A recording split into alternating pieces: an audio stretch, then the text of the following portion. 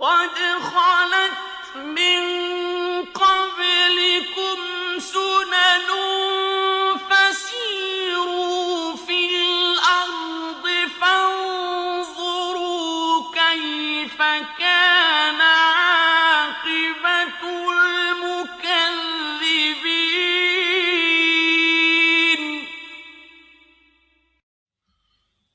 اعوذ باللہ من الشیطان الرجیم. بسم اللہ الرحمن الرحیم. اللہم وفقنا لما تحب وترضى واجعل عاقبۃ امورنا خیرا ولا تکلنا الی انفسنا طرفۃ عین ابدا. سنن الہی در قرآن محل باس سے گفتگو ہے، اور سنت عبدیت و عبودیت یا قانون عبودیت الہی برائے انسان محل ملاحظہ ہے. خداوند تبارک و تعالی نے انسان کی ہدایت کے لیے،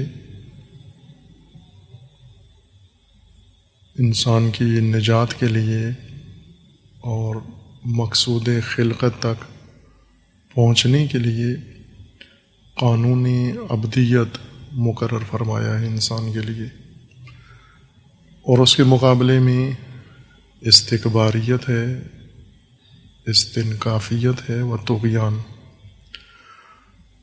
یہ دونوں قانون ہیں، راستے ہیں و طریق ہیں. ایک طریق راستہ جسے انسان اگر طے کرے، راہ عبودیت و بندگی،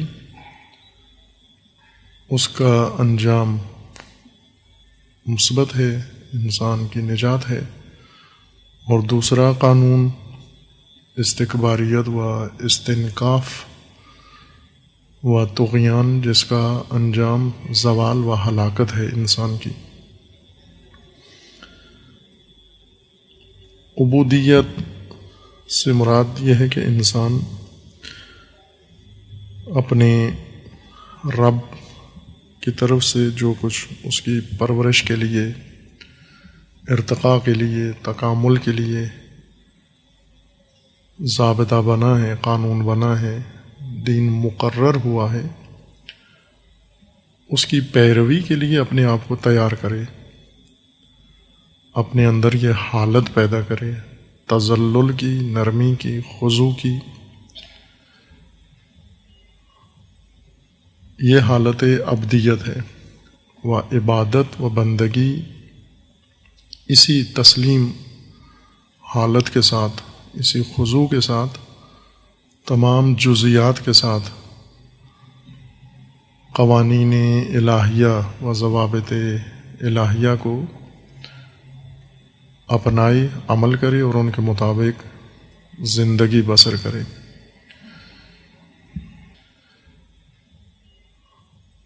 اور یہ اعتقاد و ایمان باور بھی ہو اس کے اندر کہ جو کچھ پروردگار کی جانب سے، پرورش دہندہ ذات کی جانب سے میرے لیے مقرر ہوا ہے، وہ سب میری ارتقاء و پرورش کے لیے ہے. جیسے اللہ تعالیٰ نے انسان کا جسم بنایا ہے، اور جسم کی پرورش کے لیے انسان کے لیے غذا پیدا کی ہے، خوراک بنائی ہے. انسان اس خوراک کو لینے کے لیے تیار ہے، آمادہ ہے.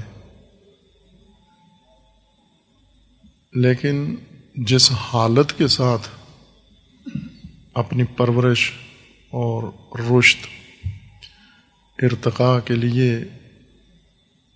جو اللہ نے غذا مقرر کیا، اس کے لیے حاصل کرنے کے لیے اپنی حالت جو بناتا ہے، وہ بندگی کی نہیں ہے، عبدیت کی نہیں ہے.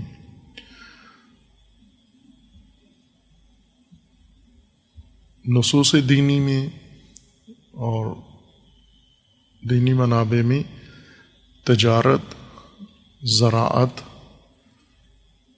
کسب حلال عبادت شمار کیا گیا ہے، بندگی کے زمرے میں ہے. حتیٰ اپنی مادی ضرورتیں پوری کرنا بندگی ہے، عبدیت ہے و عبادت ہے۔ انسان کو اگر بھوک لگتی ہے اس لیے کہ بدن انسان کا تقاضا کرتا ہے بدنی رشد کے لیے غذا کا، یہ غذا اللہ نے مقرر فرمائی ہے، رکھی ہے مختلف شکلوں کے اندر۔ اگر اللہ ہی کے بتائے ہوئے طریق کے مطابق انسان اس غذا کو حاصل کرے، اس کے وسائل حاصل کرے، اس کے اسباب حاصل کرے، اسے عبادت شمار کیا گیا ہے، بندگی شمار کیا گیا ہے، اور یہ انسان کی عبدیت ہے۔ ظاہر یہاں پوجا نہیں ہے، جو انسان کسب حلال کرتا ہے پوجا نہیں کر رہا، زراعت کر رہا ہے، زمین کو تیار کر رہا ہے، تجارت کر رہا ہے، لین دین کر رہا ہے، کچھ خرید رہا ہے، کچھ بیچ رہا ہے، لیکن اس کی جو حدود ہیں، شرائط ہیں، اللہ نے مقرر کی ہیں کہ وہ سب کچھ جو اگا رہے ہو، جو تولید کر رہے ہو، پیداوار جس کی آپ حاصل کر رہے ہو یا اس کا لین دین کر رہے ہو، تجارت کر رہے ہو، یہ سب سامان پرورش ہونا چاہیے، لہو نہ ہو، لعب نہ ہو۔ اگر لہو ہے یہ کسب و کار، یہ تجارت، عبادت نہیں ہے، بندگی نہیں ہے، طغیان ہے، استکباریت ہے، استنکاف ہے۔ ایک انسان اگر ایسا کارخانہ لگاتا ہے جس میں انسان کی رشد کا سامان نہیں بنتا، اس فیکٹری کے اندر لہو کا سامان بنتا ہے، لعب کا سامان بنتا ہے، یہ استکباریت ہے، یہ طغیان ہے۔ بندگی سے خروج ہے، چونکہ رب پرورش دینے والی ذات، ارتقا دینے والی ذات، اور تکامل کے لیے اسباب فراہم کرنے والی ذات اور تکامل کا نظام بنا کر انسان کو پیش کرنے والی ذات، یہ رب ہے۔ اگر انسان اپنے آپ کو آمادہ کر لے کہ میں نے اپنی رشد اور اپنے ہم نو دیگر انسانوں کی رشد کا سامان آسانی سے انسانوں تک پہنچانا ہے، بنانا ہے، تولید کرنا ہے، اس کی صنعت لگانی ہے، اور یا تجارت کے ذریعے اسے لوگوں تک پہنچانا ہے، وہ امور جو لوگوں کی رشد کے لیے لازمی ہیں، یہ نظام پروردگار کی اتباع کر رہا ہے، یہ رب کے نظام ربوبیت کے اندر چل رہا ہے، بس یہ عبد ہے، اسے عبد شمار کیا جائے گا، یہ عباد میں سے ہے۔ لیکن اگر ایک شخص سے پوجا کرتا ہے، جیسا کہ بہت سارے پجاری ہیں، نماز پڑھتے ہیں، روزہ رکھتے ہیں، عبادت کرتے ہیں، حج کرتے ہیں، اور ساتھ تجارت بھی کرتے ہیں۔ تجارت کس کی کرتے ہیں؟ لہو کی، لعب کی، آرائش کا سامان، شہوت انگیزی کا سامان، لذت پرستی کا سامان، کہ جس کو انسان کی کسی پرورش میں کوئی دخل نہیں ہے، یہ سامان تولید کرتے ہیں اور یہ سامان تجارت کرتے ہیں، ملک کے اندر تجارت کرتے ہیں یا ملک سے باہر بیچتے ہیں اور باہر سے ملک کے اندر درآمد کرتے ہیں، یہ سامان پوجا بھی کرتے ہیں۔ یہ عبد نہیں ہے، یہ پجاری، کیوں کہ عبد رب کی ربوبیت کے نظام کی اتباع کے لیے آمادہ شخص کو عبد کہتے ہیں۔ اب نظام ربوبیت پرورش محور ہے اس کا، رشد محور ہے، ارتقاء محور ہے اس کے لیے۔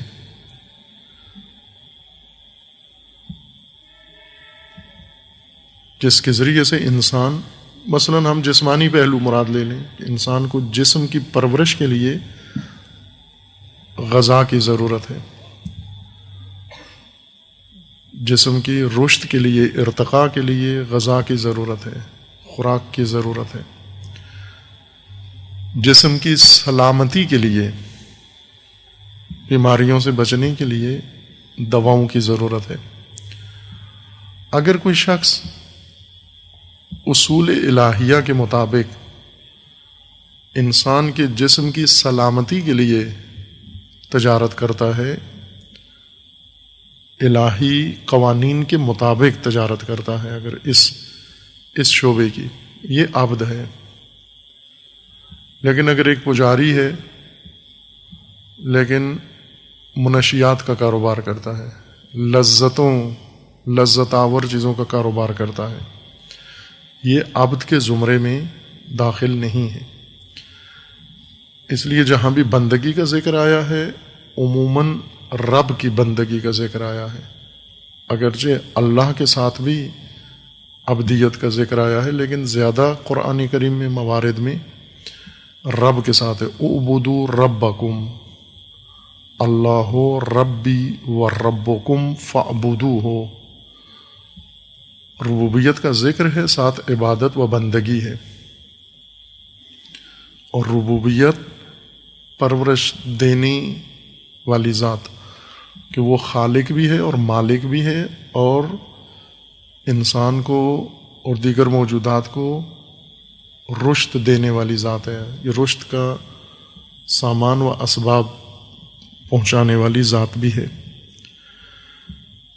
اس کے مقابلے میں جو حالت قرآن کریم نے ذکر کی ہے عبدیت کے مقابلے میں، کہ عموماً انسان اس حالت میں گرفتار ہو جاتا ہے، اور اگر ہم روح عبدیت و عبادت کو دیکھیں تو اکثر انسان حتیٰ پوجا کے باوجود بھی اس عبدیت کے متقابل بیماری میں مبتلا ہو جاتے ہیں۔ ان میں ایک استنکاف ہے۔ سورہ مبارکہ النساء آیا 172 میں اللہ تعالیٰ کا فرمان ہے، لن یستنکف المسیح ان یکون عبدا للہ ولا الملائکۃ المقربون ومن یستنکف عن عبادتہ ویستکبر فسیحشرہم الیہ جمیعا۔ مسیح یعنی حضرت عیسیٰ علیہ السلام لن یستنکف ان یکون عبدا للہ، ہرگز مسیح استنکاف نہیں کرتے خدا کی بندگی سے۔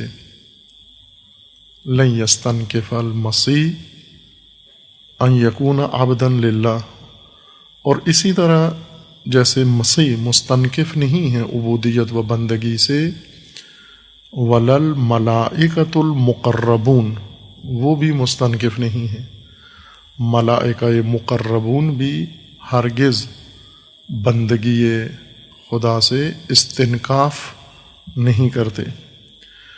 وَمَن يَسْتَنْكِفْ عَنْ عِبَادَتِهِ، اور جو بھی استنکاف کرتا ہے عبادت خدا سے، وَيَسْتَكْبِرْ، اور استکباریت اختیار کرتا ہے، فَسَيَحْشُرُهُمْ إِلَيْهِ جَمِيعًا، ان سب کو اکٹھا کر کے محشور کیا جائے گا، جمع کیا جائے گا مستنکفین کو، مستکبرین کو، جو دائرہ عبودیت سے باہر چلے گئے ہیں، انہوں نے انکار کیا ہے۔ اور تیسری اصطلاح طاغوت ہے کہ وہ بھی آگے آ جائے گی۔ استنکاف مادہ نکف سے ہے،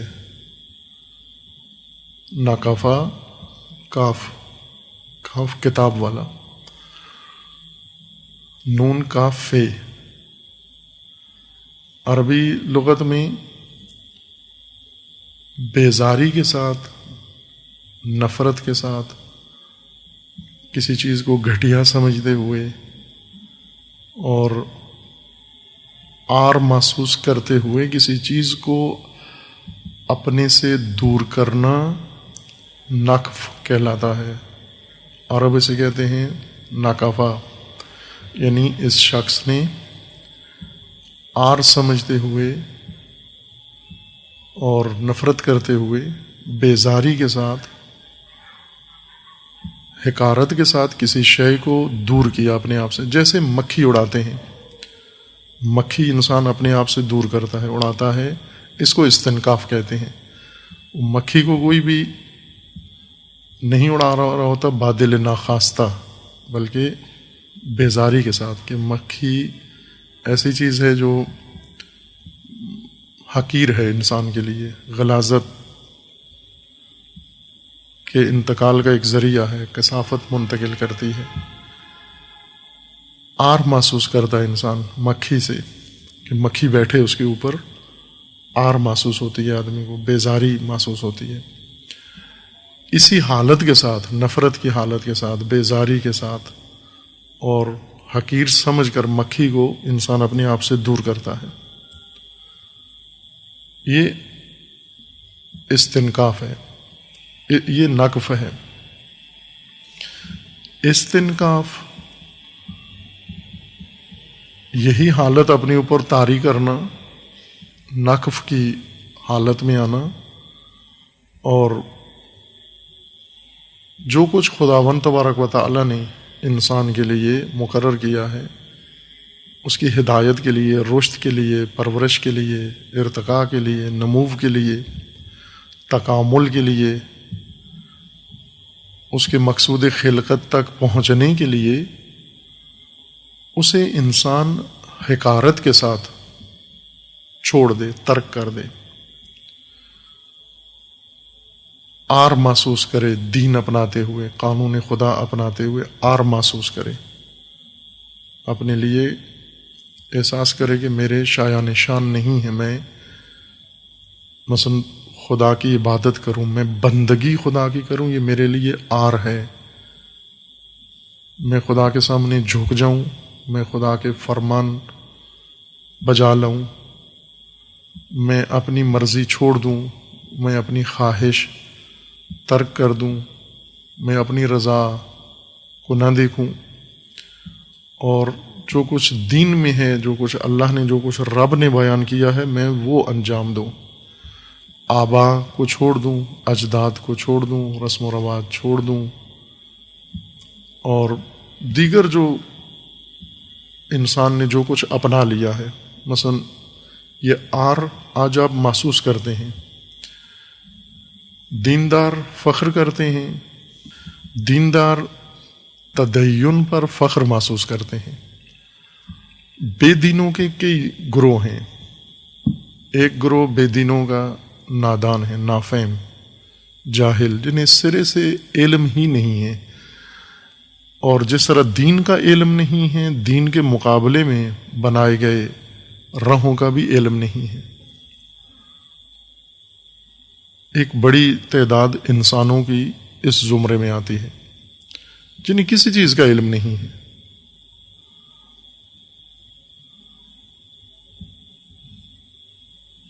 کچھ تو تعداد ایسے ہیں جو دین کی طرف رغبت نہیں رکھتے، لیکن دین کے مقابلے میں بنائے گئے مسلک، مذاہب، نظریے، مفروضے پسند کرتے ہیں، ان کی طرف رغبت رکھتے ہیں، انہیں پسند کرتے ہیں، وہ ٹھیک ہیں، اور ان کی حمایت بھی کرتے ہیں. آپ مشاہدہ کریں گے کہ اس وقت مسلمانوں کے اندر ایک بڑی تعداد ہے جنہیں روشن فکر کہا جاتا ہے، یا جنہیں سیکولر کہا جاتا ہے، لیبرل اپنے آپ کو کہلاتے ہیں، تعلیم یافتہ ہیں. دین کی طرف آنے میں آر محسوس کرتے ہیں، ننگ محسوس کرتے ہیں کہ ہم دینی تعلیمات کی پیروی کریں، یا دینی شخصیت بنائیں، دینی حلیہ بنائیں اپنا، اس میں آر محسوس کرتے ہیں. اور دین کے مقابلے میں جو طاغوت کا نظام ہے، دوسروں کا بنایا ہوا نظام ہے، اس کی طرف رغبت رکھتے ہیں اور اسے فوراً اپناتے ہیں. وہ حلیہ بنانے میں فخر محسوس کرتے ہیں، غیر دینی حلیہ یا ضد دین حلیہ بنانے میں فخر محسوس کرتے ہیں. مثلا آپ اپنی سوسائٹی میں دیکھیں، خواتین دو طرح کی ہیں، بے حجاب خواتین. ایک وہ بے حجاب خواتین ہیں جو نہ حجاب کو سمجھتی ہیں اور نہ بے حجابی کی طرف رغبت ہے سرے سے. جیسے دین نے بھی ان کو مستثنا کیا ہے کہ یہ عام ان مکلفین کے زمرے میں نہیں ہیں، ان کو کل انعام کہا ہے، مویشیوں کی طرح ہیں جن کو سوجھ بوجھ نہیں ہے. جیسے بادیہ عورتیں، پدو عورتیں، اس زمانے کی مثال ابھی بھی ہیں. جنگلوں میں رہنا یا دیہاتوں میں رہنا اور بالکل سرے سے کسی قسم کی تہذیب، تمدن، دین کی ہوا نہیں لگی ان عورتوں کو. پیدا ہوئی ہیں ایک اس طرح کے جنگلی ماحول میں اور اسی میں پرورش پائی ہے اور اسی ماحول میں بڑی ہو کے اور آگے زندگی گزار رہی ہیں. حجاب بھی نہیں کرتی. ایک یہ بے حجاب عورتیں ہیں، حجاب نہیں کرتی اور مقابلے میں بے حجابی جو تہذیب پھیلاتی ہے اس سے بھی ناآشنا ہے. اس کی طرف بھی کوئی رغبت نہیں ہے ان کی، سرے سے آگاہی ہی نہیں ہے ان کو، بلکہ اگر دیکھ لیں تو شاید پسند بھی نہ کریں اس بے حجابی کو جو باقاعدہ کسی تہذیب کی طرف سے پھیلائی جا رہی ہے. جیسے مغربی تہذیب نے عورتوں کی بے حجابی پھیلائی ہے. دیہاتی عورتیں بھی بے حجاب ہیں اور یہ مغربی تہذیب کے تحت تاثیر مغرب زدہ یہ بھی بے حجاب ہیں، لیکن دونوں کی بے حجابی میں فرق ہے. وہ نافہمی کی وجہ سے، رشد نہ ہونے کی وجہ سے بے حجاب ہیں، استنکاف نہیں ہے. بدو عورتیں، دیہاتی عورتیں، وہ جو بالکل تہذیب کے ابتدائی مرحلے میں ہیں. مرد بھی ایسے ہیں، مثلا آپ بہت سارے علاقے پاکستان میں بھی ایسے ہیں کہ جہاں مرد اور عورتیں دونوں ایک جیسے ہیں. یوں نہیں کہ صرف عورتیں تہذیب سے دور ہیں، مرد بھی وہاں کے تہذیب سے دور ہیں، انہیں کچھ معلوم نہیں ہے. استنکاف نہیں ہے ان کے اندر، نفرت کی وجہ سے، یعنی حجاب شرعی سے نفرت کی وجہ سے عار سمجھ کر اور اپنی شخصیت کے خلاف شان سمجھ کر حجاب ترک نہیں کیا، بلکہ بے خبری کی وجہ سے، مطلع نہ ہونے کی وجہ سے، لا علمی کی وجہ سے حجاب کو چھوڑ دیا ہے. انہوں نے شروع سے انہیں پتہ ہی نہیں ہے، دعوت ہی نہیں ان تک پہنچی. لیکن ایک بڑی جماعت جو شہروں کے اندر ہیں، جو تعلیم یافتہ ہیں، یہ حجاب نہیں کرتے. ان کی بے حجابی استنکاف ہے، انکار ہے، بیزاری سمجھ کر، حقیر سمجھ کر، شخصیت کے خلاف سمجھ کر انہوں نے حجاب ترک کیا ہے. یہ خواتین جو متاثر ہیں، تہذیب سے متاثر ہیں، مقامی تہذیب سے یا برآمدی تہذیب سے، درآمدی تہذیب سے، مغربی تہذیب سے زیادہ تر، یہ بھی بے حجاب ہیں. یہ مستنکف ہیں، یہ عبد خدا ہونے سے مستنکف ہیں. ان کو عار محسوس ہوتی ہے کہ ہم لباس پہنیں، رب کے فرمان کے مطابق لباس پہننے میں عار محسوس ہوتی ہے، ان کو ننگ محسوس ہوتی ہے. ان کو یہ استنکاف ہے. ایک ہی عمل ہے، دو طبقے کر رہے ہیں، ایک نافہمی کی وجہ سے، نادانی کی وجہ سے، اور شرعی یا دینی یا الہی دستور کے مطابق اپنا حلیہ نہیں بناتے. اس کے بالمقابل جو دوسروں نے بنایا ہے اس کی طرف بھی نہیں رغبت، نہ اس سے آشنا ہے نہ اس سے آشنا ہے، دونوں سے بے خبر ہیں. دین اور بے دینی دونوں سے بے خبر ہیں. بسیط ان کو کہا جاتا ہے بسیط، یعنی بالکل خالی صفحہ، جس صفحے کے اوپر اگر ہدایت نہیں ہے تو گمراہی بھی نہیں ہے، نہ شیطان کے پیروکار ہیں نہ رب کے پیروکار ہیں، سرے سے اس فہم میں نہیں ہیں، اس سطح پہ نہیں ہیں کہ انہیں دین کی اطلاع ہو۔ اب ان کو بادیہ یا ایسے عناوین کے ساتھ ذکر کیا گیا ہے کہ یہ مستثنیٰ طبقہ ہے، ان کو نہیں متہم کر سکتے آپ، یہ وہ طغیان یا طاغوتوں میں شمار نہیں ہوتے۔ طغیان ان کے اندر ہے جنہوں نے کسی معیار پر دین کے حدود کو چھوڑا ہے، ترک کیا ہے، جیسے اکثریت ہے اس وقت۔ اکثریت انسانوں کی وہ دیہاتوں میں ہوں یا شہروں میں ہوں، مشرق میں ہوں یا مغرب میں ہوں، مسلمان حتیٰ اکثریت مسلمان خدا کی حدود، مثلا ابھی روزوں کا مہینہ ہے، بہت سارے لوگ ہیں جو روزہ رکھیں گے، بعض لوگ ہیں جو دین کے حدود کو ترک کرتے ہیں، جیسے ایک عرض کیا کہ اکثریت نے ترک کیا ہوا ہے، مثلا روزہ خواتین نے رکھا ہوا ہے، حجاب نہیں کرتی، حجاب سے عار محسوس کرتی ہیں، روزے کے ثواب سے متمنی ہے کہ بھلے اس کا ثواب ہوگا، بخشش ہو جائے گی، ہمارے اعمال ٹھیک ہو جائیں گے، اور فوائد روزے کے اندر نظر آتے ہیں، لیکن حجاب نہیں کریں گی۔ یہ اس تہذیب کی تعلیم، اس تہذیب کا دستور، اس تہذیب کا قاعدہ قانون انہیں معلوم ہے، اسے اپنایا ہے، اور دینی ضابطہ کو نفرت کے ساتھ، حقارت کے ساتھ ترک کیا ہے۔ ساتر لباس نہیں پہنتی، لباس پہنتی ہیں نہ ساتر یعنی ستر کرنے والا، جس میں جسم مستور ہو جائے، جسم چھپانے والا لباس نہیں پہنتی، بلکہ وہ لباس پہنتی ہیں جس سے جسم مزید نمایاں ہو،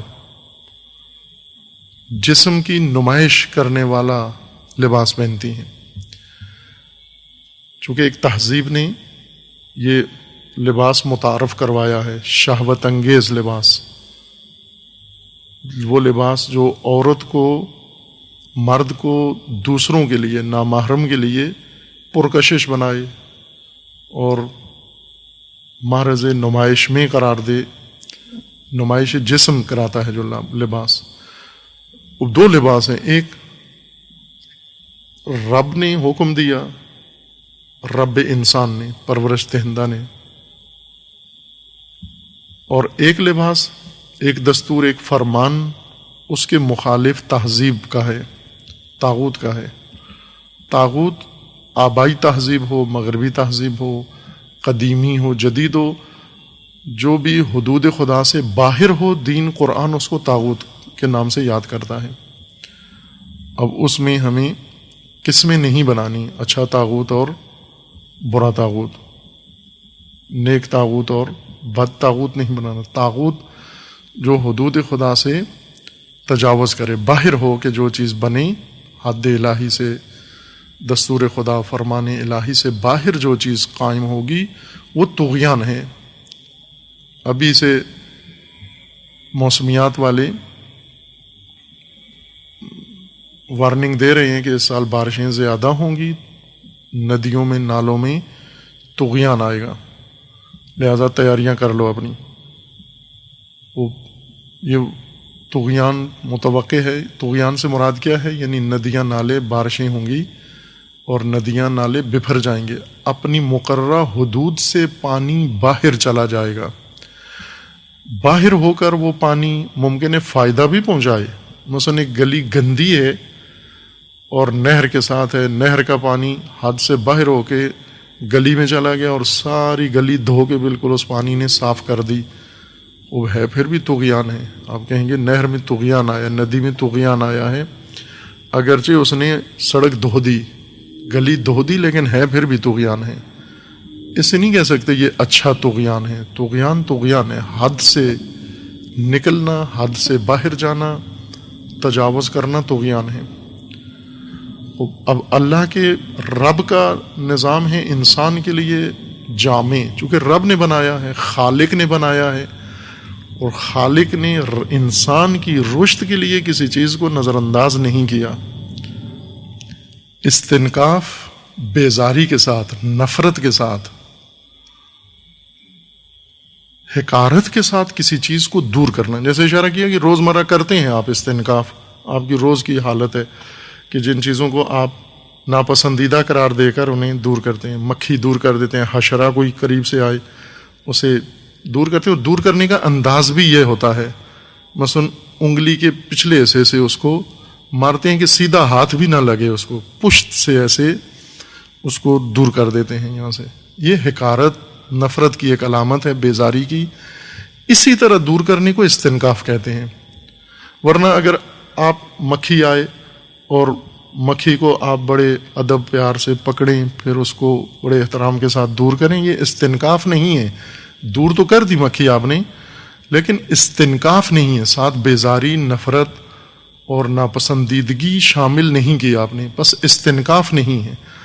آر محسوس ہو، یعنی جس طرح ننگ محسوس ہو، برا محسوس ہو، ایک شخص قریب آتا ہے، فرض کریں کوئی شخص ایسا ہے جو میلا ہے، بدبو آتی ہے اس کے قریب سے، اور جو ہی آپ کے قریب ہوتا ہے آپ تھوڑا اور اس سے آگے کھسکتے جاتے ہیں، یہ اظہار بیزاری ہے آپ کا۔ اگر وہ نہیں دور ہو رہا تو میں اس سے دور ہو جاؤں۔ مکھی چھوٹی ہے، اس کو دور کر دیتے ہیں۔ پسینہ آتا ہے، اتفاقاً یہ عربی زبان میں اسی پسینے کے دور کرنے کے لیے استنکاف اللغت میں استعمال کرتے تھے۔ اے سی تو نہیں تھے عربوں کے پاس، پسینہ انہیں آتا تھا کثرت سے، اور پسینہ بعض موسم میں تکلیف دہ ہو جاتا ہے، بعض موسم میں قابل تحمل ہوتا ہے، بعض موسم میں تکلیف دہ ہوتا ہے۔ جیسے ابھی برسات کا موسم آئے گا تو آج کل کا پسینہ قابل برداشت ہے، لیکن برسات کا پسینہ، اس موسم کا پسینہ وہ تکلیف دہ ہوتا ہے اور بہت بیزار ہوتا ہے انسان اس سے۔ چہرے پہ عموماً جب پسینہ آتا ہے تو اس کو انگلی سے صاف کیا جاتا ہے، وہ بعض لوگ پسینہ صاف کرتے ہیں، لیکن بیزاری یا وہ حالت نفرت والی نہیں محسوس ہوتی۔ کچھ ایسے لوگ ہوتے ہیں جو پسینہ چہرے سے صاف کرتے ہیں، مثلا کہیں اگر رخسار پہ آ گیا پسینے کا کوئی قطرہ تو اس کو اس طرح سے اپنے اس سے دور کرتے ہیں انگلی کی مدد سے، کہ جس سے نفرت کا، حقارت کا، بیزاری کا احساس ہوتا ہے کہ تنگ کر رہا ہے یہ پسینہ مجھے۔ یا آنسو ٹپکتا ہے جب انسان کا، اس آنسو کو بعض اوقات انسان اس طرح نفرت کے ساتھ یا بیزاری کی حالت میں آنسو پونچھتا ہے۔ جیسے میاں بیوی جب لڑ پڑتے ہیں، بیوی رو پڑتی ہے اور اس وقت آنسو اس طرح سے صاف کرتی ہے جیسے شوہر کو خنجر مار رہی ہو، چونکہ اس کا بس تو نہیں چلتا۔ آنسو صاف کرنے کا اس کا انداز ہی ایسا ہوتا ہے جس میں ایک بیزاری، یعنی یہ آنسو اس کا کوئی پسندیدہ آنسو نہیں ہوتا۔ لیکن یہی آنسو اگر بچے کے لیے ہو، بچہ پاس ہوا ہے، رو پڑی ہے ماں، تو اس آنسو کو اور طرح سے صاف کرتی ہے۔ مثلا ایک آنسو انسان صاف کرتا ہے ایسے ایسے منہ پہ ہاتھ مار کے صاف کرتا ہے، اس میں بیزاری نہیں ہے۔ ایک آنسو انسان اس طرح سے صاف کرتا ہے کہ جس میں نفرت، بیزاری بھی ساتھ شامل ہے۔ عرب اس کو نقف کہتے ہیں، بیزاری کے ساتھ دور ہونا یا بیزاری کے ساتھ دور کرنا اپنے آپ کو کسی شے سے جس میں آر محسوس کرتا ہو، ننگ محسوس کرتا ہو انسان۔ قرآن کریم نے یہی لفظ استنکاف عبودیت و عبادت کے مقابلے کی حالت بیان کرنے کے لیے انتخاب کیا ہے، کہ کچھ لوگ ایسے ہیں جو عبدیت اختیار نہیں کرتے، ان کے وجود اور نفس میں نقف آ جاتا ہے، نقف آ جاتا ہے، عبدیت کے مقابلے میں نقف ہے، یعنی نظام الہی، قانون الہی، خداوند تبارک و تعالیٰ کے نظام تکامل و رشد سے حقارت سے دوری، خود دور ہو جاتے ہیں یا اس کو اپنے آپ سے دور کرتے ہیں۔ کہ عملی طور پر اگر ہم دیکھیں، آپ کو اپنے ہی گھروں میں، اپنی ہی تہذیب میں، اپنے ہی چہ بسا خود اپنے اندر بھی محسوس کریں، جیسا پہلے اشارہ کیا تھا کہ یہ بس یا قرآن فقط علمی استفادے کے لیے نہیں ہے، قرآن علمی کتاب نہیں ہے، نصاب کی کتاب نہیں ہے، امتحان کے نصاب کی کتاب، ہدایت کی کتاب ہے، اور ہدایت وصول ہونا چاہیے۔ اگر فقط علمی استفادہ ہوا ہے اور ہدایت نہیں آئی، ہدایت سے مراد یعنی کاپی پہ تو مطلب لکھ لیا لیکن نفس میں کوئی فرق نہیں پڑا، ذہن میں فرق نہیں پڑا، سوچ میں فرق نہیں پڑا، معیار میں فرق نہیں پڑا، سلوک میں فرق نہیں پڑا، خوب اس کا مطلب ہے کہ ہم نے فقط علمی استفادہ کیا یا ثواب کے لیے بیٹھ کے سنا ہے کچھ دیر کے لیے باس قرآن۔ ہدایت ہو، ہدایت نصیب ہو، اس طرح سے کہ ہمارا رخ سیدھا ہو جائے۔ قرآن ہدایت اس وقت ہے جب ہماری جہت سیدھی ہو جائے، تبدیلی آ جائے، کچھ چیز ترک کر دیں اور اس کی جگہ کچھ چیز آ جائے، اپنا لیں ہم۔ نقف ایک عمومی حالت ہے، ممکن ہے خود ہمارے اندر موجود ہو۔ ہم غور کریں کہ خداوند تبارک و تعالیٰ نے خود ہمارے لیے جو کچھ ضابطے مقرر فرمائے ہیں، ان میں سے کتنے ضابطے میں نے نامناسب سمجھ کر، ناپسند کر کے چھوڑ دیے ہیں، ان سے میں نے دوری اختیار کی ہے اور انہیں اپنے آپ سے دور کیا ہے۔ یہ حالت نقف ہے جو خود انسان کے اندر ہے۔ جتنی نقف ہوگی اتنا ہی عبد نہیں ہے۔ حالت عبدیت و نقف متضاد حالتیں ہیں، اکٹھی نہیں ہوتی۔ عبدیت تذلل ہے، خضوع ہے، رغبت ہے فرمان بری کی طرف، نقف بیزاری ہے، دوری ہے، نفرت ہے، آر ہے۔ قرآن کریم نے جس پیرائی میں یہ مطلب بیان فرمایا ہے، سورہ مبارکہ نساء کی آیا 172 ہے، لن یستنکف المسیح ان یکون عبدا للہ ولا الملائکۃ المقربون۔ خوب یہ اس لیے قرآن کریم نے بیان فرمایا ہے کہ قوم بنی اسرائیل جب حضرت موسیٰ ان کے رہبر و پیشوا تھے تو بھی آفات میں مبتلا تھے، اور بہت بری آفات میں مبتلا تھے جن کا قرآن نے ذکر کیا ہے۔ اور جب حضرت مسیح علیہ السلام پیشوا بنے الہی تو بھی بہت بری آفات میں مبتلا ہوئے۔ جو حضرت موسیٰ پہ بنی اسرائیل رک گئے اور حضرت مسیح کو پیشوا نہیں مانا، یہ بنی اسرائیل یہود ہیں، اور وہ بنی اسرائیل جو حضرت موسیٰ کے بعد حضرت مسیح کی نبوت و پیشوائی کے معتقد ہیں، امامت کے قائل ہیں، یہ مسیحی ہیں یا نصارہ ان کو کہا جاتا ہے۔ اس کی بھی اپنی وجوہات ہیں کہ کیوں ان کو نصارہ کیوں کہا جاتا ہے، یہود و نصارہ۔ بعض نے کہا اس وجہ سے کہ حضرت مسیح جس خطے میں پیدا ہوئے، متولد ہوئے، وہ وہی جو ابھی لبنان میں موجود ہے یہ خطہ، اور اس کا نام ہی یہ تھا، اس وجہ سے نصارہ ہے۔ لبنان، جنوب لبنان میں ایک منطقہ ہے، معروف ہے ابھی بھی، ناصرہ یا ناصریہ، کیا نام ہے اس کا، ناصریہ ہے ظاہراً، کہ ناصریہ میں پیدا ہوئے تھے، اس وجہ سے پیروکار حضرت کے اس خطے سے تھے اور اس وجہ سے نصارہ تھے۔ یہ بعض نے وجوہات ذکر کی ہیں۔ بعض نے کہا کہ نصرت کی وجہ سے، چونکہ حضرت مسیح نے انصار طلب کیے، من انصاری اللہ، اور ان لوگوں نے کہا کہ ہم ہیں انصار اللہ، نحن انصار اللہ، اس وجہ سے انہیں نصارہ یاد کیا گیا۔ باہر کے جو بھی وجوہ ہو، ان کا ایک نام جو کتاب الہی میں ہے نصارہ ہے۔ پس بنی اسرائیل دیندار معاشرہ ہے اور آفت زدہ، آفتوں میں مبتلا ہے۔ آئینے کے طور پر قرآن کریم میں اللہ تعالیٰ نے مسلمانوں کے سامنے رکھا ہے۔ یہ ایک ماضی ہے، سابقہ قوم ہے اور اس کی دینداری، اور اب آپ کی باری ہے۔ اپنی باری میں یہ آئینہ دیکھ لو کہ کہیں ایسے دیندار نہ بن جاؤ جیسے مسیح جیسے یہود بنے یا جیسے نصارہ بنے. نصارہ ایک دلیل سے خدا کی بندگی سے نکل گئے، ایک دلیل سے بندگی خدا سے نکل گئے، جس میں مسلمان اس وقت مبتلا ہیں. ایک دلیل جیسے اشارہ کیا تھا کہ بندگی ابدیت سے نکل جانا نادانی کی وجہ سے، جیسے اعراب ہیں یعنی دیہاتی عرب، بدو، بادیہ نشین، لا علمی کی وجہ سے، بے شعوری کی وجہ سے ابدیت کے دائرے سے باہر کھڑے ہیں. ایک یہ گروہ ہے. ایک گروہ ہے جو مقابل کسی تہذیب سے متاثر ہو کر ابدیت سے، اللہ کے نظام سے، رب کے نظام سے دور ہیں، چونکہ مقابلے میں طاغوت کا نظام ہے اور وہ اچھا لگتا ہے ان کو.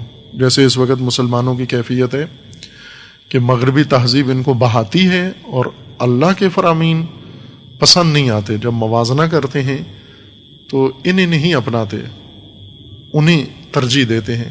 یہ ایک دلیل ہے ابدیت سے نکلنے کے لیے. ایک دلیل یہ ہے کہ ابدیت کو اپنی شایع نشان نہ سمجھیں، آر محسوس کریں، پروردگار کی بندگی کو، عبادت کو، خضوع اور اللہ کے فرمان بری کو اپنے لیے شایع نشان نہ سمجھیں، اپنے آپ کو برتر سمجھیں اور بندگی کو گھٹیا سمجھیں کہ یہ کام ہمارے لیے نہیں ہے، میں آ کے یہ کام کروں. آ کر بعض کاموں میں بڑے آر محسوس کرتے ہیں.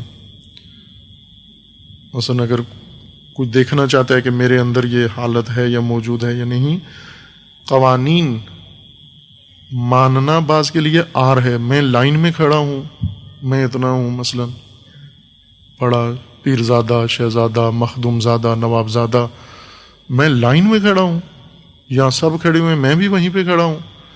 میں باری میں داخل ہوں، اندر باری ہو میری بھی، دوسروں کے بعد داخل ہوں.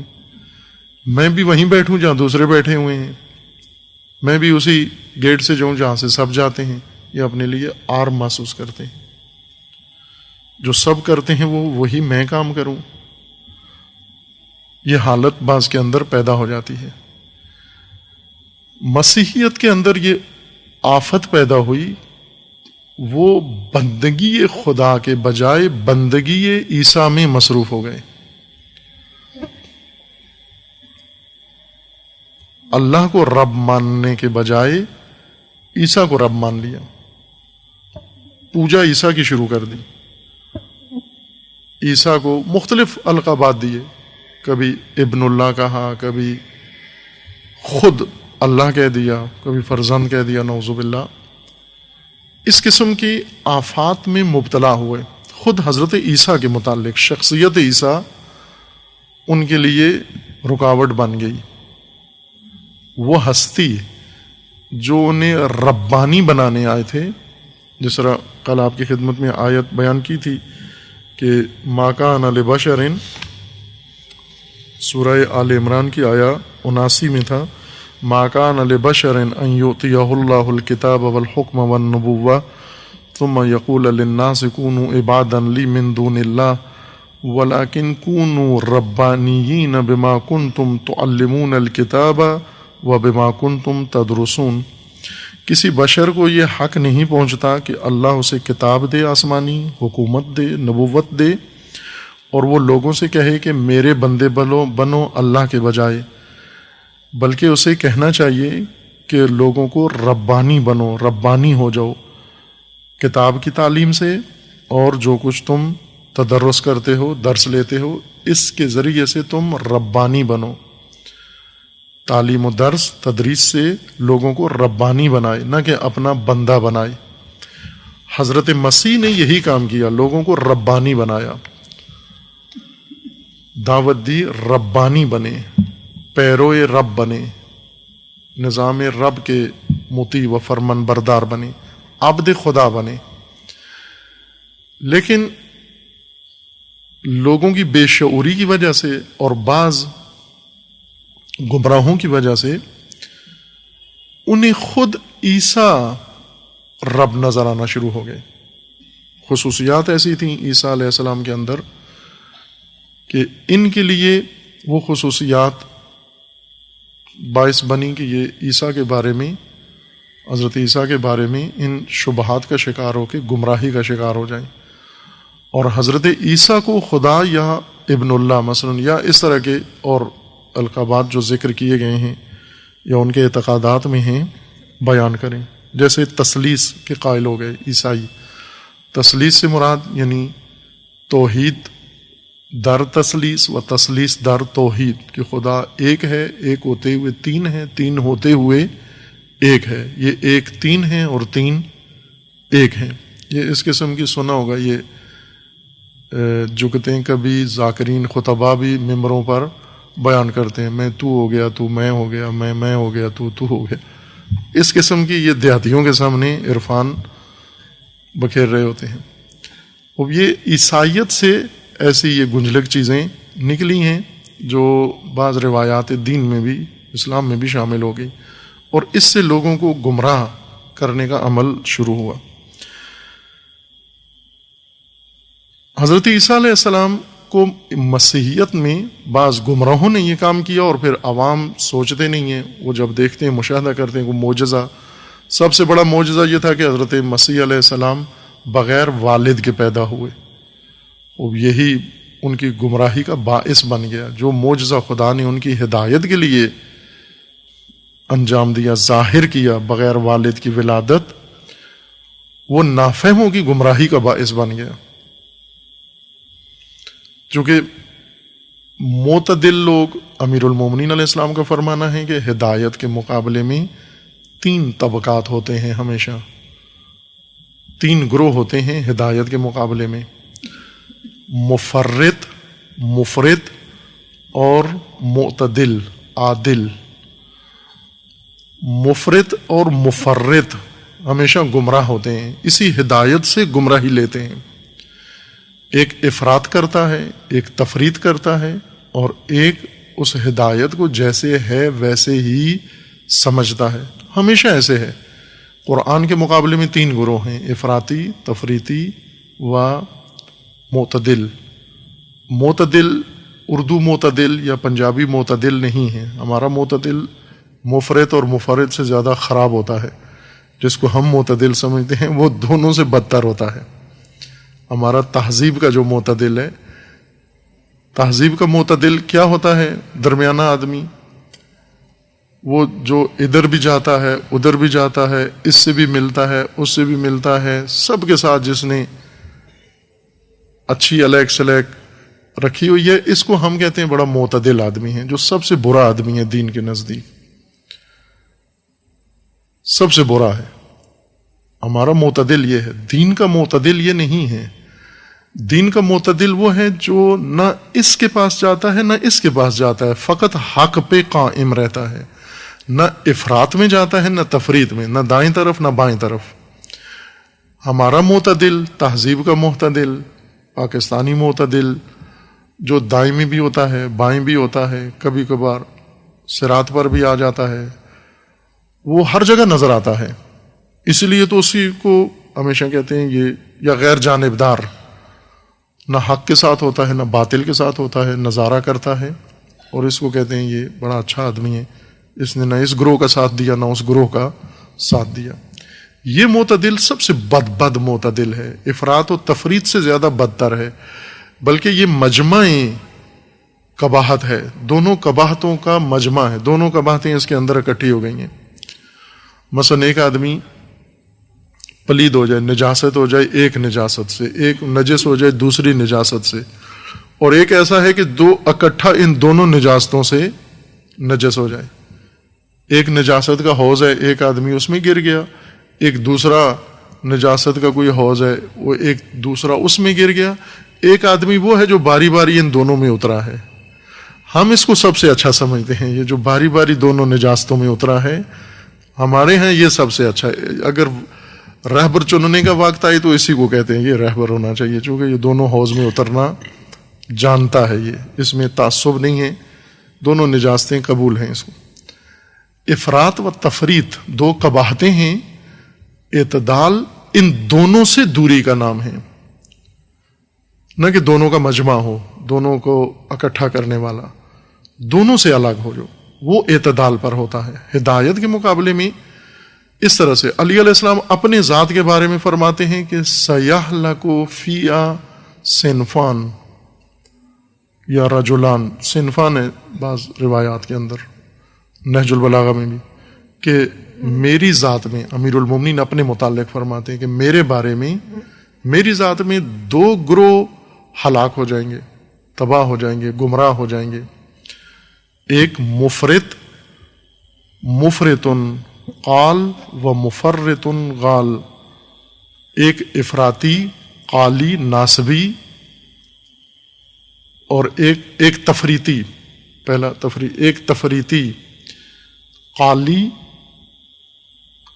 قال یعنی دشمن، کینہ توز، ایک کینہ توز شک کرنے والا ناسبی ہے، اور دوسرا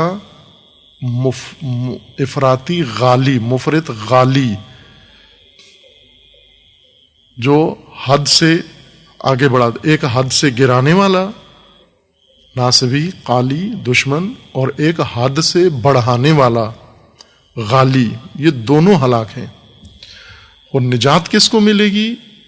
نجات اس کو ملے گی کہ جو امیر المومنین کی حیثیت اللہ نے بنائی ہے اسی طرح امیر المومنین کو قبول کرے، مومنوں کا امیر قبول کرے، مومنوں کا امام قبول کرے، مومنوں کا اسوہ پیش کرے، مومنوں کا رئیس سرپرست قبول کرے، وہ در حقیقت درست امیر المومنین کو پہچان رہا ہے۔ ایک شخص نے امیر المومنین علیہ السلام کے سامنے تعریف کی امیر المومنین کی، امیر المومنین نے اسے چپ کرا دیا کہ جو تیری زبان پر ہے میں وہ بھی نہیں ہوں، اور جو تیرے دل میں ہے میں وہ بھی نہیں ہوں۔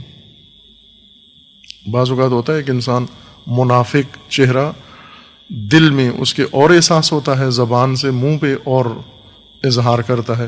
امیر المومنین نے اس کی دونوں حالتوں کی نفی کی کہ جو تیرے دل میں ہے میں وہ بھی نہیں ہوں، جو تیری زبان پر ہے میں وہ بھی نہیں ہوں۔ یعنی اب یہ خطبہ جو فیس لے کر فضائل پڑھتے ہیں تو یہ انہی کے لیے ہے جملہ، کہ جو پیسے لے کے تم یہ کر رہے ہو، پرفارمنس دکھا رہے ہو، یہ بھی نہیں ہوں میں جو تم بیان کر رہے ہو، اور جو تمہارے دلوں میں ہے میں وہ بھی نہیں ہوں، اور جو میں ہوں وہ تمہیں معلوم نہیں ہے، اس کی طرف تم متوجہ ہی نہیں ہو، وہ ماننے کے لیے تیار نہیں ہو۔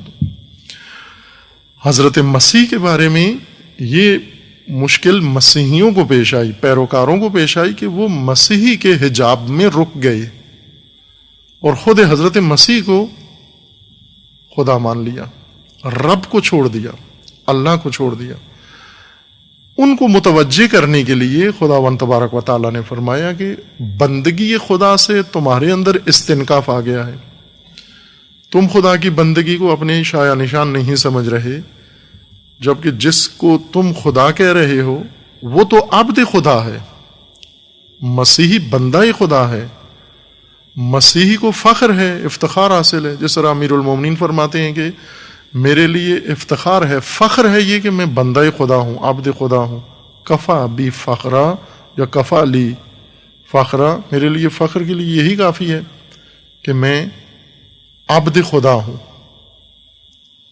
کفا لی عزن، میری عزت کے لیے یہی کافی ہے کہ میں عبد خدا ہوں، بندہ خدا ہوں۔ حضرت مسیح بھی ایسے تھے۔ لن یستنکف المسیح ان یکون عبدا للہ۔ اب توجہ فرمائیں کہ بندگی، اللہ کی بندگی سے نکلنے کی طرق و دلیلیں کیا کیا بن سکتی ہیں، موجبات کیا بنتے ہیں انسان کے لیے جو بندگی خدا سے نکال کے لے جاتے ہیں۔ کبھی جہالت جیسے بدوؤں کی ہے، کبھی طاغوتیت، طاغوت پرستی، کسی تہذیب کا پیروکار ہو جانا، جیسے مغربی تہذیب نے مسلمانوں کو بندگی خدا سے نکال دیا ہے۔ پوجا کرتے ہیں، بندگی نہیں کرتے، یعنی فرامین خدا، نظام خدا، قوانین الہی، حدود خدا اپناتے نہیں ہیں، لاگو نہیں کرتے، نافذ نہیں کرتے، ارادہ بھی نہیں رکھتے کہ ہم ان راہوں پر چلیں گے۔ طاغوت کی تہذیب اپنا کے پوجا میں لگ جاتے ہیں، بے حجاب ہو کر روزہ رکھ لیتے ہیں، حرام کھا کے حج کے لیے چلے جاتے ہیں، ناحق کر کے نماز میں کھڑے ہو جاتے ہیں، پائمال کر کے ہر چیز، ہر حد خدا پائمال کر کے رسومات میں آ جاتے ہیں، مجلس میں آ جاتے ہیں، ماتم میں آ جاتے ہیں۔ اب یہ ایسی بندگی انہوں نے اپنے لیے اختیار کر لی ہے کہ تمام حدود خدا پائمال کر کے پوجا کو اس کی جاگزین کرتے ہیں، پوجا کو اس کا بدل ثابت کر کے، اور اپنے آپ کو مطمئن کیے ہوئے ہیں کہ ہم عبد خدا ہیں، ہم بندگان خدا ہیں۔ ایک فرمان بجا لائے بغیر، ایک حد قائم کیے بغیر، مثلا اگر اہل پاکستان کو ہی پوچھا جائے کہ آپ نے کون سی حد خدا قائم کی ہوئی ہے اپنی قوم میں، اپنے ملک میں، اپنے خاندان میں، اپنے ذات میں، وجود میں، کون سی حد ہے جو آپ نے قائم کی ہوئی ہے؟ کون سا دستور ہے؟ قرآن کریم کی آیات میں سے کون سی آیت ہے جو آپ بتا سکتے ہو کہ اس کے مطابق ہم عمل کر رہے ہیں، اس کو ہم نے قائم کر دیا ہے؟ اور فقط پوجا کریں ہم، اور پوجا کو کافی سمجھیں، بندگی کا نعم البدل اس کو قرار دیں ہم۔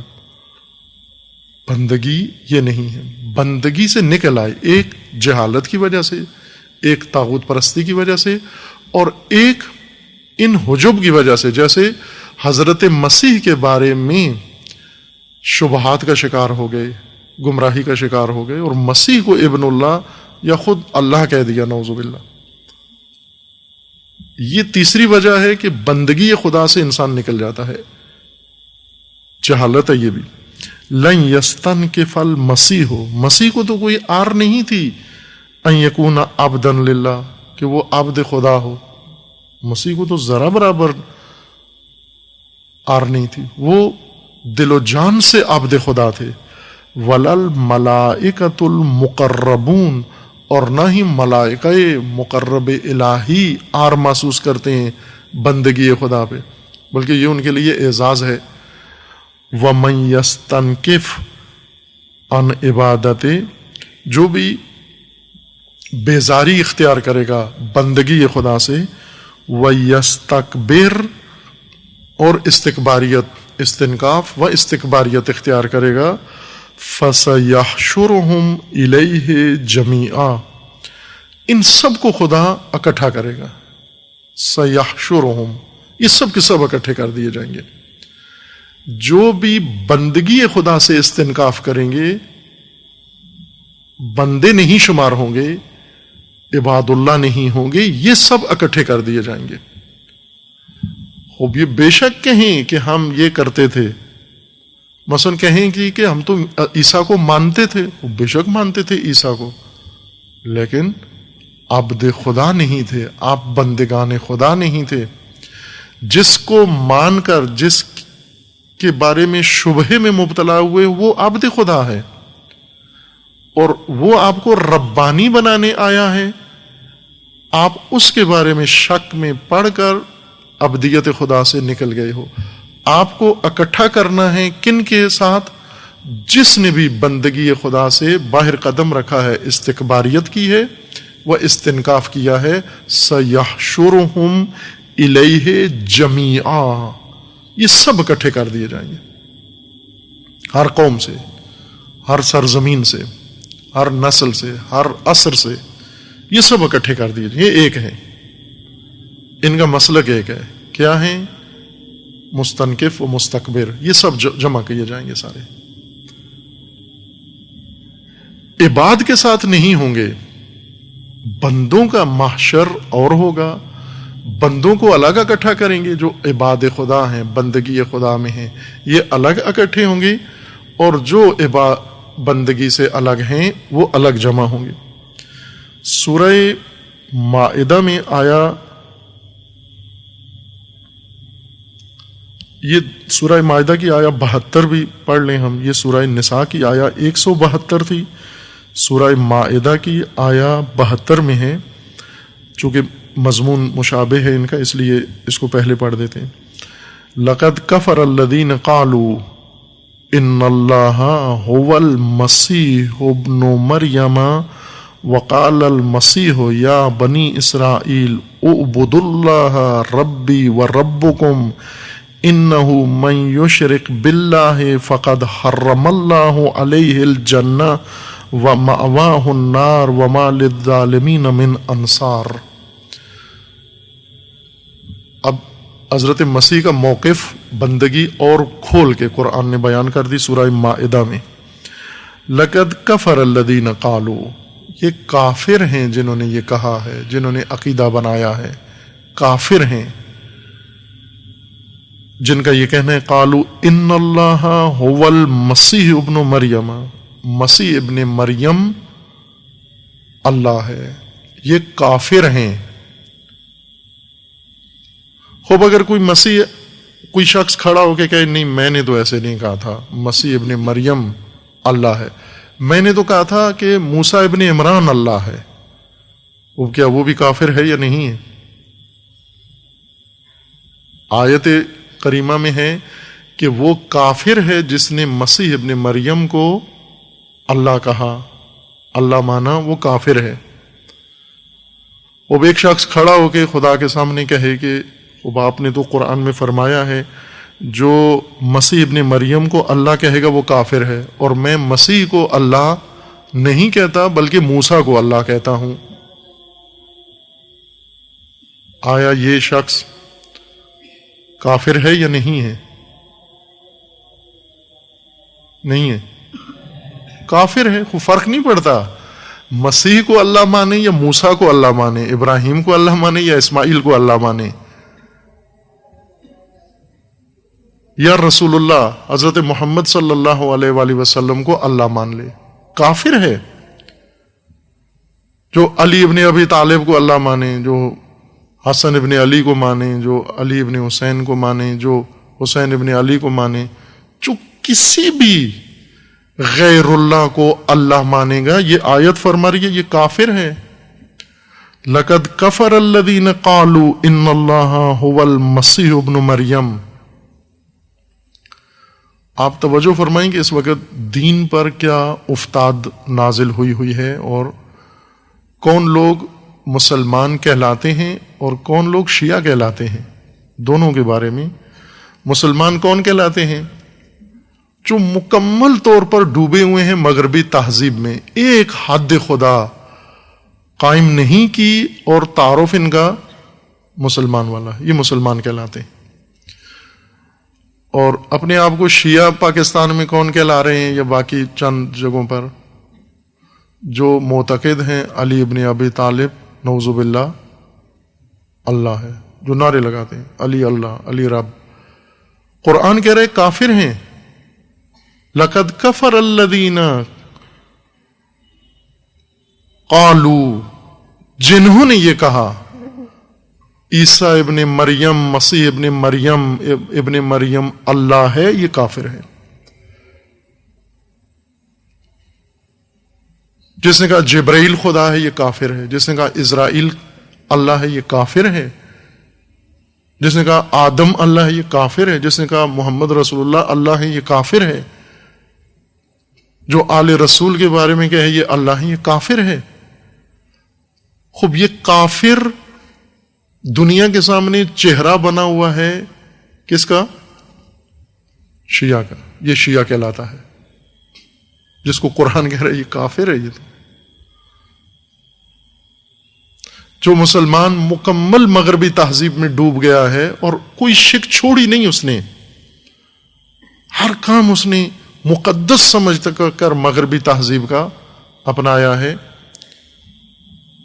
وہ آپ یہ مسلمان کہلاتے ہیں۔ پوری دنیا کے اندر یہ مسلمان ہیں۔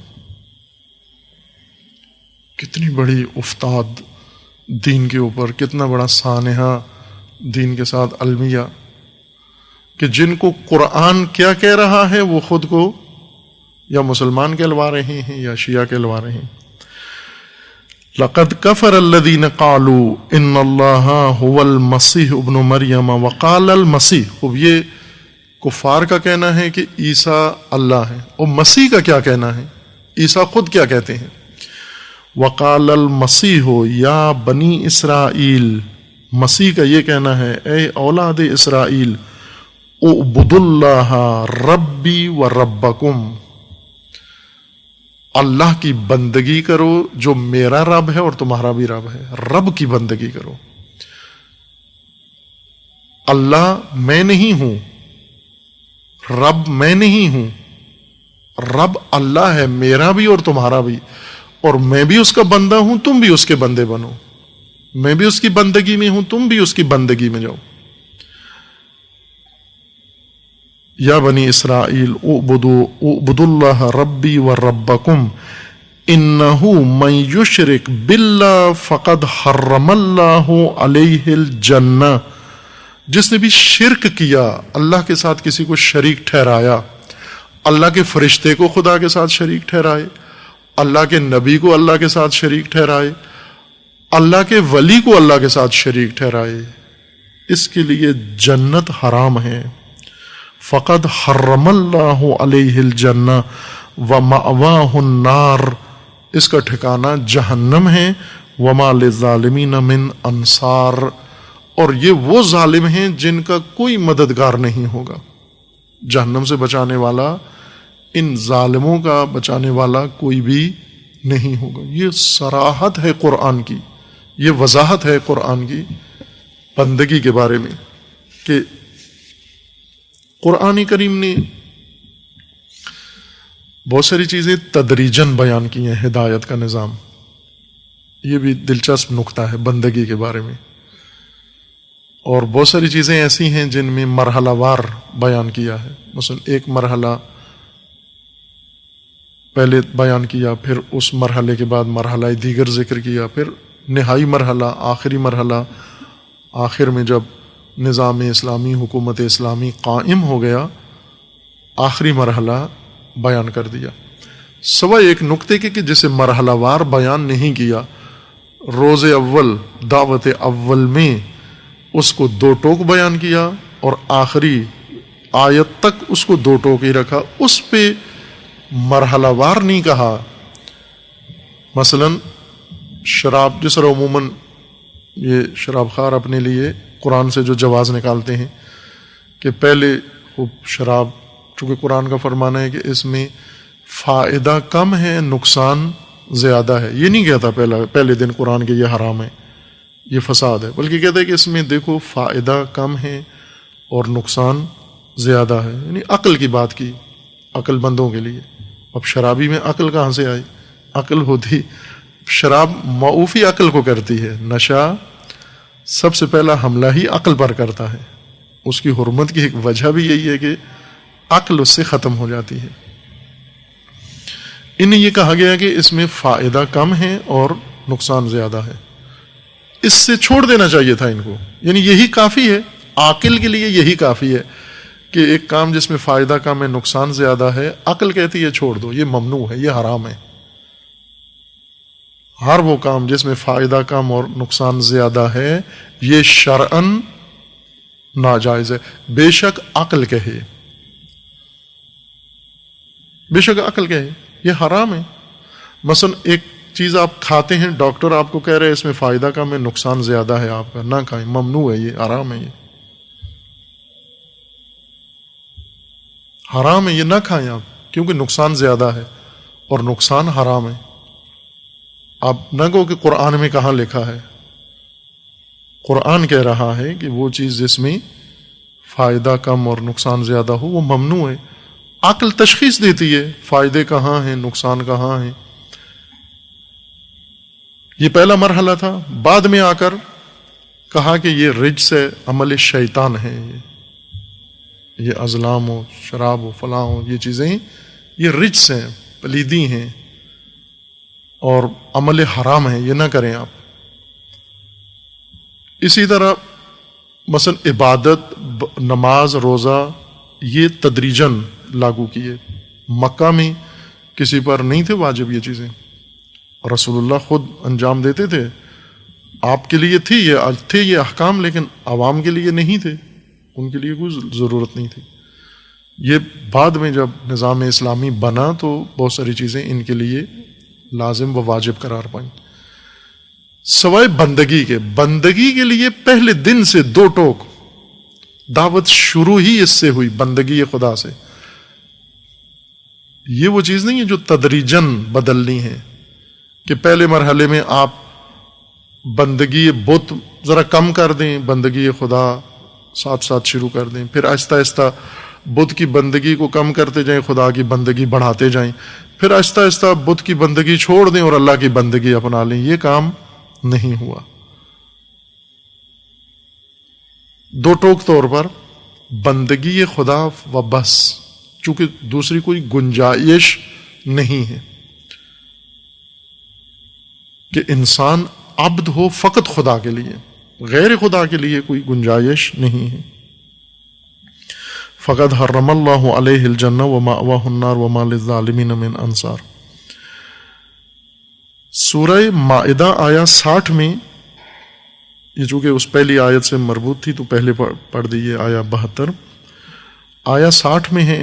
رسول اللہ کا فرمانا ہے، اللہ کا حکم ہوا کہ آپ کہیے، قل کے ذریعے جو فرمان ہے کہ اے رسول قل بتائیے، یعنی یہ عمومی آگاہی والی بات ہے، سب کو بتانا لازم ہے، آگاہ کرنا لازم ہے.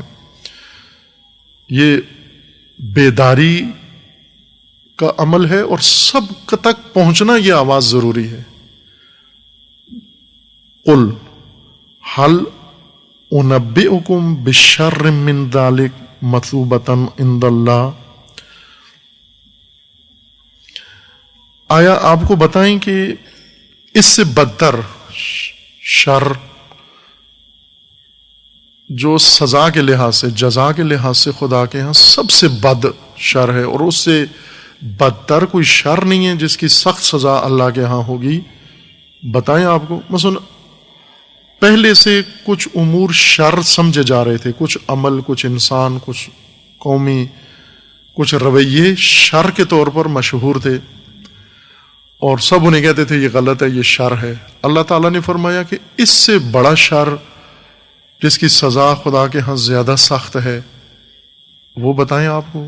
یعنی یہ جن چیزوں کو آپ شر سمجھ رہے ہو یہ تو ہیں شر، لیکن اس سے بڑا شر جو آپ نہیں اپنی گفتگو میں لاتے اور اس کی طرف متوجہ نہیں ہیں، اسے شر ہی نہیں سمجھتے، وہ بتائیں آپ کو. حل انبئکم، آگاہ کریں، نبا دیں، بیدار کریں، آگاہی دیں آپ کو اس کے بارے میں. وہ کون ہے؟ من لعنہ اللہ، جس پر خدا کی لعنت ہے. اس کی خصوصیات پہلے ذکر کی جا رہی ہیں کہ یہ وہ ہے جس پر اللہ کی لعنت ہے. وغضب اللہ علیہ، اس پر اللہ کا غضب بھی ہے. وَجَعَلَ مِنْهُمُ الْقِرَدَةَ وَالْخَنَازِيرَ، اور یہ وہ ہیں جن سے کچھ کو بندر اور کچھ کو خنزیر بنایا گیا ہے. یہ وہ ہیں، وہ طبقہ ہے، انسان ہیں کہ جن پر اللہ کی لعنت بھی ہے، جن پر خدا کا غضب بھی ہے، جن میں سے بندر اور خنزیر بھی بنائے ہیں. وَعَبَدَ الطَّاغُوتَ، یہ کون ہیں؟ بندگان طاغوت، پیروان طاغوت. یہ بدتر ہیں سب سے. وہ اس کا ذکر ہی نہیں ہے آپ کے شر کی ڈکشنری میں، یا روزانہ جن چیزوں کو ہم کہتے ہیں یہ بری بات ہے. بچوں کو کہتے ہیں، بچہ ناک میں انگلی ڈالتے کہتے ہیں بری بات ہے. کوئی مثلا زبان سے ناروا بات کرتے کہتے ہیں بچے بری بات ہے. اب یہ برائیاں ماں سکھاتی ہے، بچے بری بات ہے، بری بات ہے، اور وہ سیکھتا جاتا ہے کہ یہ بری بات ہے. ساتھ تعجب بھی کرتا ہے کہ یہ ساری بری بات میرے لیے، ماں کے لیے نہیں ہے. وہ سارے کام خود کرتی ہے. وہ خود ناک میں بھی انگلی ڈالتی ہے، وہ خود ہر وہ چیز جس سے مجھے منع کرتی ہے خود کرتی ہے یہ کام. بچے یہ بری بات، مثلا گالی بچہ دیتا ہے اسے کہتی ہے بری بات ہے، وہ خود دیتی ہے۔ یہ کشمکش بچے میں رہتی ہے آخر تک، جب تک شعور نہیں ہو جاتا اور ماں کو صحیح طریقے سے سمجھ نہیں جاتا، اس وقت تک سنتا رہتا ہے یہ بری بات ہے اور فوراً ہٹ جاتا ہے، چھوڑ دیتا ہے، بری ہے تو ٹھیک ہے، میں برائی والا نہیں ہوں، بچہ اجتناب کرتا ہے۔ معاشرے کے اندر بھی کچھ برائیاں ایسی ہوتی ہیں معروف، یہ برائیاں ہیں اور ہم سب کہتے ہیں یہ بری بات ہے، یہ بہت بری بات ہے، یہ جو ہو رہی ہے بہت بری بات ہے یہ، اور ان برائیوں سے کسی حد تک بچتے بھی ہیں لوگ، خلوتوں میں نہ بھی بچیں، جلوتوں میں ضرور بچتے ہیں، دوسروں کے سامنے ضرور بچتے ہیں۔ اور اللہ تعالیٰ نے فرمایا کہ یہ تو ہیں برائیاں، اس میں کوئی شک نہیں ہے، یہ واقعاً برائیاں ہیں، لیکن ایک بڑی برائی، بہت بڑی برائی، سب سے بڑی برائی جس سے بالاتر برائی نہیں ہے وہ بتائیں آپ کو، تمام برائیوں کی ماں، جڑ، وہ کیا ہے؟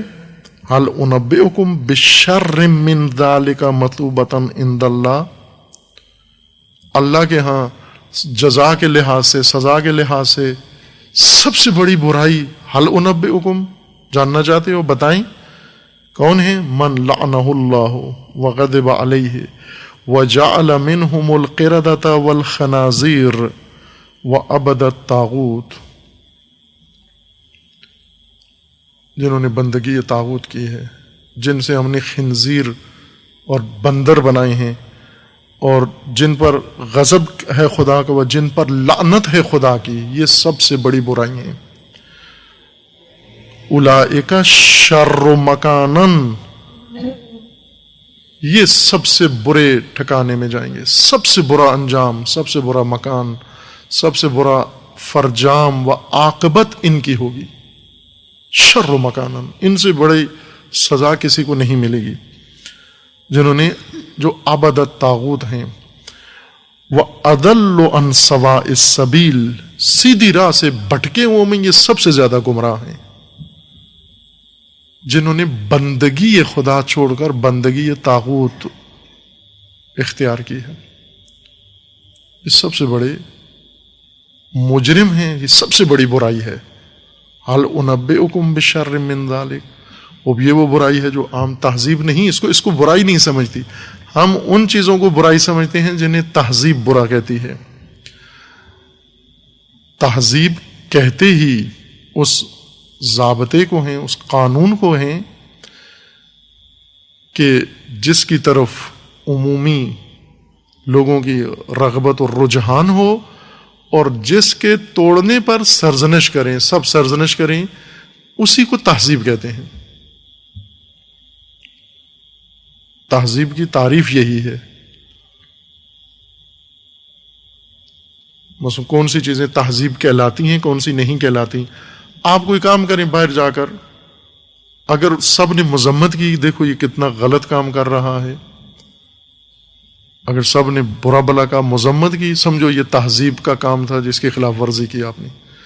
اور اگر آپ وہ کام کریں اور کوئی بھی آپ کو غلط نہ کہے تو یہ تہذیب کا حصہ نہیں ہے، یہ کسی تلقین کا حصہ ہے، تعلیم کا حصہ ہے، تربیت کا حصہ ہے، کسی آئیڈیالوجی مکتب کا حصہ ہے، تہذیب میں نہیں ہے یہ شے۔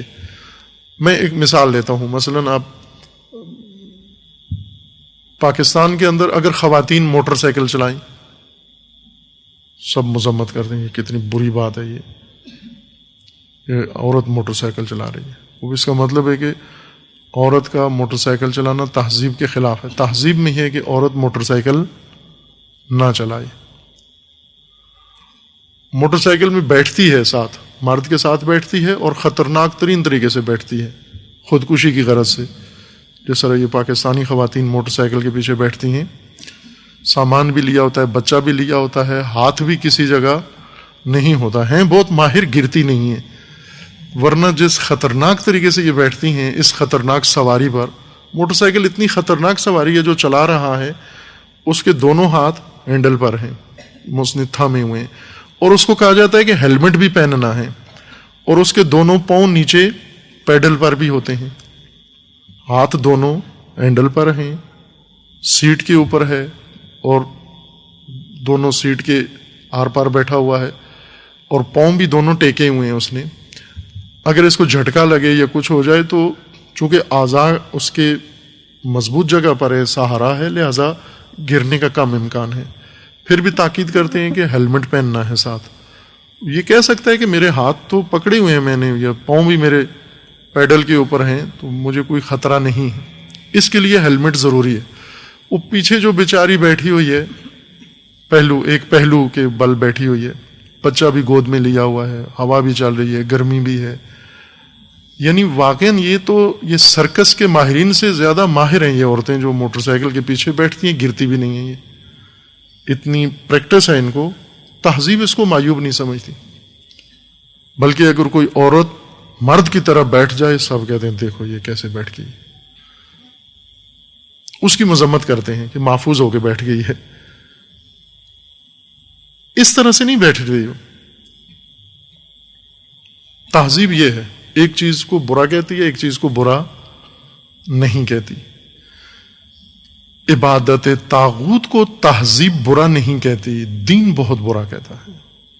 هل انبئکم بشر من ذلک مصوبۃ عند اللہ من لعنہ اللہ وغضب علیہ وجعل منہم القردۃ والخنازیر. خدا نے انسانوں کو جو بندر اور خنزیر بنایا ہے, یہ بعضوں کے ذہنوں میں یہ غلط فہمی ہے, وہ یہ سمجھتے ہیں کہ یہ جو بندر ہیں دم والے ہندوستان میں زیادہ ہیں, اور مقدس بھی ہیں وہاں پر بندر. ہندوستان میں بہت ساری چیزیں ہندوستان میں مقدس ہیں, گائے مقدس ہے, جانور, بندر, بہت ساری چیزیں ہیں. سوائے انسان کے ہر چیز مقدس ہے. مسلمان کو کہتے ہیں نکالو ملک سے, اور بندر کو تحفظ دو. گائے کو بچانے کے لیے مسلمان نکالنا پڑے گا انہیں ہندوستان سے, چونکہ یہ گائے کاٹ کے کھا لیتا ہے. وہ گائے کی خاطر مسلمان کے وجود کے دشمن ہوتے جا رہے ہیں. جو قرآن نے ذکر کیا ہے کہ انسان بندر اور خنزیر ہوں گے یا بنائے ہیں, یہ بندر اور خنزیر دم والے نہیں ہوں گے, چار ٹانگوں والے نہیں ہوں گے, یہ انسانی شکل میں ہی ہوں گے. ان کی شخصیت خنزیر ہے, وہ بندر ہے. چونکہ عذاب کے طور پر ان کو بندر بنایا گیا ہے, عذاب کے طور پر ان کو خنزیر بنایا گیا ہے, سزا کے طور پر. اور اگر یہ واقعاً وہ دمدار بندر ہو جائیں اور چار ٹانگوں والے بندر ہو جائیں, تو بندر کے لیے بندر ہونا تو عذاب نہیں ہے. کیا یہ بندر سارے عذاب محسوس کرتے ہیں کہ ہم بندر ہیں؟ عذاب اس وقت ہے جب انہیں احساس ہو کہ ہم بندر نہیں تھے اور نہیں, لیکن اس وقت ہماری بندروں والی حالت ہے, اس وقت عذاب ہے. جیسے ابھی پرانا ایک طریقہ تعلیم کا, جو بھوت ہیں باتوں سے نہیں پڑھتے, ان کے لیے ایک اور طریقہ مرغا بنانا. ایک سزا ہے نا مرغا بنانا. وہ بنے ہوں گے, آپ میں سے سارے ہی مرغا بنے ہوں گے بار بار. وہ بعض تو ان کے نصاب میں شامل ہے روز مرغا بننا. مرغا جب بنتا ہے تو وہ انسان ہی ہوتا ہے, اس لیے سزا ہے. ورنہ اگر کوئی جادو سے اس کو واقعاً مرغا بنا دیں, ایک طالب علم کو مرغا بنایا جائے اور واقعاً مرغا بن جائے, اس کے سر پہ کلغی نکل آئے اور پر نکل آئے اور وہ ککڑ کڑوں شروع کر دے بولنا, تو وہ تو سزا نہیں ہوگی اس کے لیے. سزا یہ ہے کہ یہ انسان ہو, اس کو توجہ ہے کہ میں بشر ہوں, انسان ہوں, باکرامت ہوں, لیکن عمل کی وجہ سے, عمل کی سزا کے طور پر یہ حالت میری بنا دی گئی ہے, مرغا بنا دیا گیا ہے, اس لیے اس کو سزا کہتے ہیں. مرغا ہوتے ہوئے بھی انسان ہوتا ہے, یا انسانی مرغا ہوتا ہے, اس لیے سزا ہوتا ہے. اگر بندر انسان تبدیل ہو کے, مسخ ہو کے, منقلب ہو کے واقعاً بندر بن جائے جیسے یہ بندر ہیں, تو پھر تو سزا ہی ختم ہو جاتی ہے, پھر تو راحت ہے, آسان ہے. اگر کوئی انسان واقعاً جانور بن جائے تو ختم ہوگی, ساری سزا ختم ہوگی, ساری زحمتیں ختم ہوگی, عید ہے اس کی. تو احساس بھی ختم ہو جائے گا، شعور بھی ختم ہو جائے گا، عقل بھی ختم ہو جائے گی، تو سزا ہی نہیں ہوگی اس کے لیے۔ سزا اس وقت ہے کہ یہ انسان ہو، انسانی خصوصیات اس کے اندر ہوں اور حالت اس کی جانور والی ہو۔ یہ ہیں بندر و خنزیر کی طرح، ان کے اندر صفات ہیں۔ وہ بندر کون ہو لوگ ہوتے ہیں، وہ آپ ذرا ان قرآنی معیاروں کو لے کر پھر سیاسی جلسے جلوس دیکھیں تو آپ کو بندر نظر آئیں گے، کہ قرآن جو کہتا ہے عباد طاغوت کو، طاغوت پرستوں کو ہم بندر و خنزیر بناتے ہیں، کیسے آپ دیکھیں، وہ ان کے کام دیکھیں، ان کی موویاں دیکھیں تو آپ کو بخوبی نظر آ جائے گا کہ خدا جن کو بندر بناتا ہے کیا ہوتے ہیں وہ۔ اس لیے سزا ہے۔ یہ شر و مکانن ہیں، ان کا انجام بہت برا ہے۔ وَأَضَلُّ عَنْ سَوَاءِ السَّبِيلِ، یہ راہ درست سے بہت بھٹکے ہوئے ہیں۔ عبد طاغوت ہونا، استکباریت و استنکاف، تین اصطلاحیں قرآن نے استعمال کی ہیں عبدیت رب و عبدیت للہ کے مقابلے میں، کہ انسان یا عبد خدا ہوگا، اگر عبد خدا نہیں ہے تو مستنکف ہے، مستکبر ہے، یا عبد طاغوت ہے، بندہ طاغوت ہے۔ یہ ایک ایک نمونہ پیش کیا تھا، ہر ایک کے بارے میں آیات متعدد ہیں، انشاءاللہ مشاہدہ کریں گے ان آیات کو بعد میں۔ وصلی اللہ علی محمد وعلی